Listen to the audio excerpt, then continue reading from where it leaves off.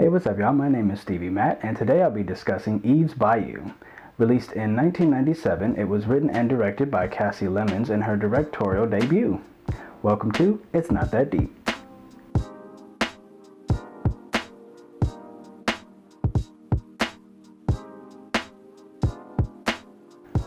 I know it's super obvious to call this movie haunting, but that really just is, it does feel like the best word to describe it.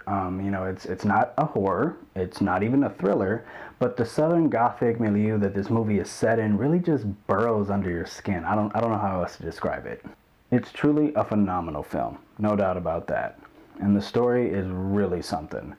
So it's a coming-of-age story about a young girl named Eve who catches her father cheating on her mother after a party they have at their house.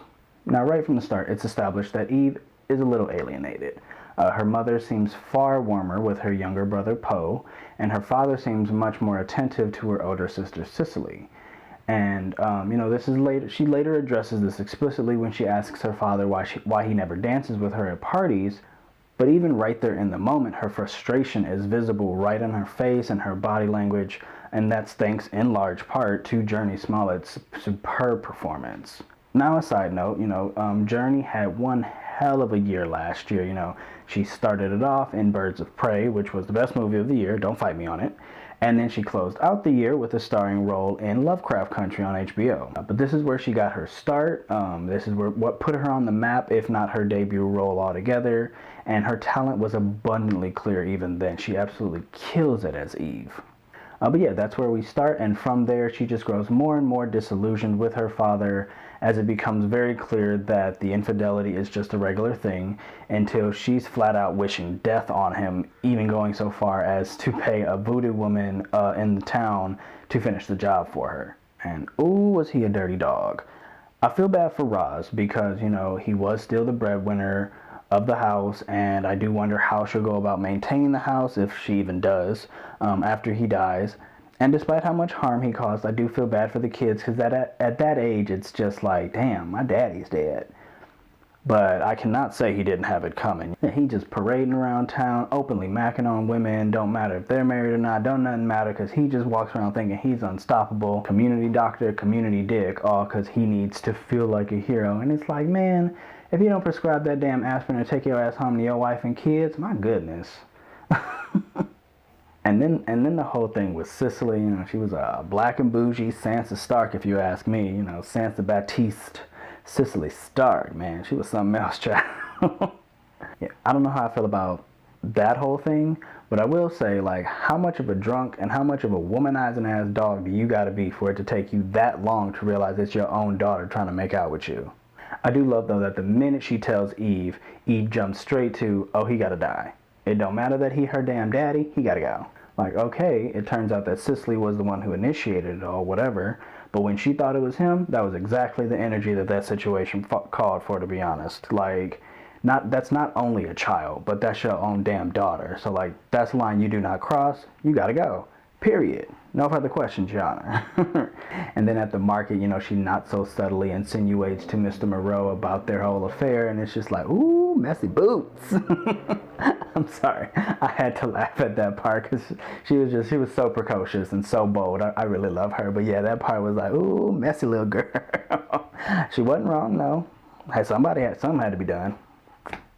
It really is a gorgeous film, though. The way it captures the bayou in its frame with, the moss, the flora, the greenery, the water, the swamp. It gives the bayou this magical quality that feels ripped right out of a fairy tale. The cinematography and the tone of this movie is just exquisite. It has this whole melancholy about it, and that's what always stuck with me all these years. I saw it when I was young, and I remembered very little about it except the voodoo lady laughing maniacally as she runs out of the house, and then like the flashes of lightning and the cracks of thunder during that whole scene with Cicely and the father. Those stuck with me for a long time, and even as like the details themselves faded away, the imprint always stuck with me. So even like rewatching it, even seeing like the poster of it over the years, I would always like remember how it made me feel. Yeah, I'm so glad I got to revisit it. And one thing that I really appreciated is that it's a black film about black people, but not necessarily about being black. Race is certainly a factor, given that it is a Black American story, and race is just inherent to everything in this little old US of A we got going on here. You know, Eve explains that the Bayou was named after a freed slave who mothered 12 children with her former slave owner, and her family is a direct descendant of those two. So, you know, it's certainly a factor here. It always is. But racism is not a main aspect of the plot. You know, it's, as far as I can remember, I don't even think there are any white people in this movie at all. It's a far stretch from this sort of dear white people era that we're in now, that revolves around or keeps centered the white gaze. And even in its time, you know, the movie was released in the era of the hood movie, you know, Boys in the Hood, Menace to Society, Dead Presidents, all the other movies that were spoofed in Don't Be a Menace to South Central while drinking your juice in the hood. And, you know, I was younger at the time, but I do remember even then the conversation being around how Black people were reflected, you know, how Black people and how Black lives were reflected on screen. You know, now a lot of media feels like it's begging white people to see us as human.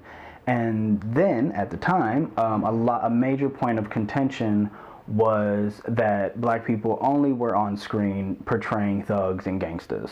So even for its own time, you know, this movie broke away from the norm to illustrate a different kind of Black life, you know, a coming of age story about a young Black girl growing up in the South that didn't have anything to do with Jim Crow racism or anything like that. This movie also does a thing that I would really like to see more of in Western media altogether, not just Black media, and that is present a world in which cultural magic just exists. You know, Eve and her auntie Moselle share the gift of sight, which gives them premonitions and the ability to see deeper into people's lives and memories that they might otherwise not be so privy to.